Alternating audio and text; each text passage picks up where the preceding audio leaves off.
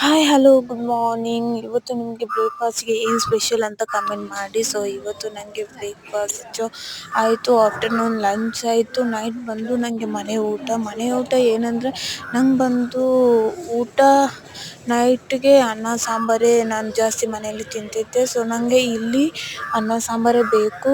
Chapati ತಿಂತಿದ್ದೆ, but ಈಗ ಚಪಾತಿ ಬೇಡ ಅಂತ ಅನ್ನ ಸಾಂಬಾರೇ ತಿಂತಿದ್ದೀನಿ. ನಮ್ಮ ಮನೆಯಲ್ಲಿ ಅನ್ನ ಸಾಂಬಾರಿಗೆ ನನಗೆ ಅಮ್ಮ ಆಮ್ಲೆಟ್ ಮಾಡಿಕೊಡ್ತಿದ್ರು. ಬಟ್ ಇಲ್ಲಿ ನೋಡಬೇಕು, ವೆಜ್ ಹೋಟೆಲ್ಗೆ ಹೋದರೆ ನಾನ್ ವೆಜ್ ಸಿಗಲ್ಲ, ನಾನ್ ವೆಜ್ ಹೋಟೆಲ್ಗೆ ಹೋದರೆ ವೆಜ್ ಸಿಗಲ್ಲ, ಹಾಗಾಗಿದೆ.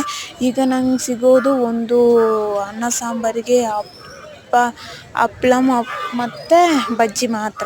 ಸೊ ಹಪ್ಳಮ್ ಪರವಾಗಿಲ್ಲ, ನನಗೆ ಇಷ್ಟ, ತುಂಬ ಚೆನ್ನಾಗಿ ಇರುತ್ತೆ, ನನಗೆ ಲೈಕ್ ಆಗುತ್ತೆ. ಅನ್ನ ಸಾಂಬಾರಿಗೆ ಹಪ್ಳಮ್ ಇಟ್ಕೊಂಡು ಊಟ ಮಾಡ್ತೀನಿ ನಾನು, ಪರವಾಗಿಲ್ಲ. ಬಟ್ ನಂಗೆ ಏನಂದರೆ ಅನ್ನ ಸಾಂಬಾರಿಗೆ ಯಾವತ್ತೂ ನನಗೆ ಆಮ್ಲೆಟ್ ಇದ್ದರೆ ತುಂಬ ಕಾಂಬಿನೇಷನ್ ತುಂಬ ಚೆನ್ನಾಗಿರ್ತಿತ್ತು ಅನಿಸ್ತಿತ್ತು. ಮನೆ ಊಟ ನೆನಪಾಗ್ತಿತ್ತು, ಅನ್ನ ಸಾಂಬಾರು ಆಮ್ಲೆಟ್ ಬೇಕಂತ ಅನ್ನಿಸ್ತಿತ್ತು.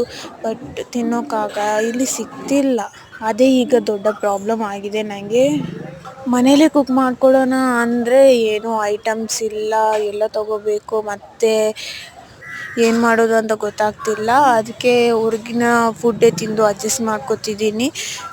ಸೊ ನಿಮಗೆಲ್ಲ ಹೀಗೆ ಎಕ್ಸ್ಪೀರಿಯೆನ್ಸ್ ಆಗಿದೆಯಾ ಊರಿಗೆ ಬಂದು ಅಂತ ಕಮೆಂಟ್ ಮಾಡಿ. ಸೆಕೆಂಡ್ ಡೇ ಹೇಗಾದರೂ ತಿನ್ಬೋದು ಹೊರಗಿನ ಊಟ, ಆದರೆ ಥರ್ಡ್ ಡೇಯಿಂದ ನಮ್ಮ ಮನೇಲಿ ತಿಂದ ಊಟನೇ ನಮಗೆ ನೆನಪು ಬರುತ್ತೆ.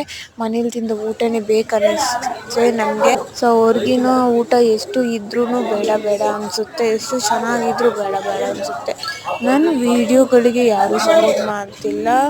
ಆದಷ್ಟು ಬೇಗ ನನಗೆ ಎಲ್ಲರೂ ಸಪೋರ್ಟ್ ಮಾಡಿ. ನಿಮ್ಮ ಸಪೋರ್ಟ್ ನನಗೆ ತುಂಬಾ ಮುಖ್ಯ. ಮತ್ತು ನನ್ನ ಎಲ್ಲ ಚಾನಲನ್ನು ಎಲ್ಲ ವೀಡಿಯೋಸನ್ನು ಲೈಕ್, ಶೇರ್, ಸಬ್ಸ್ಕ್ರೈಬ್ ಮಾಡ್ಕೊಳ್ಳಿ. ಬಾಯ್ ಬಾಯ್.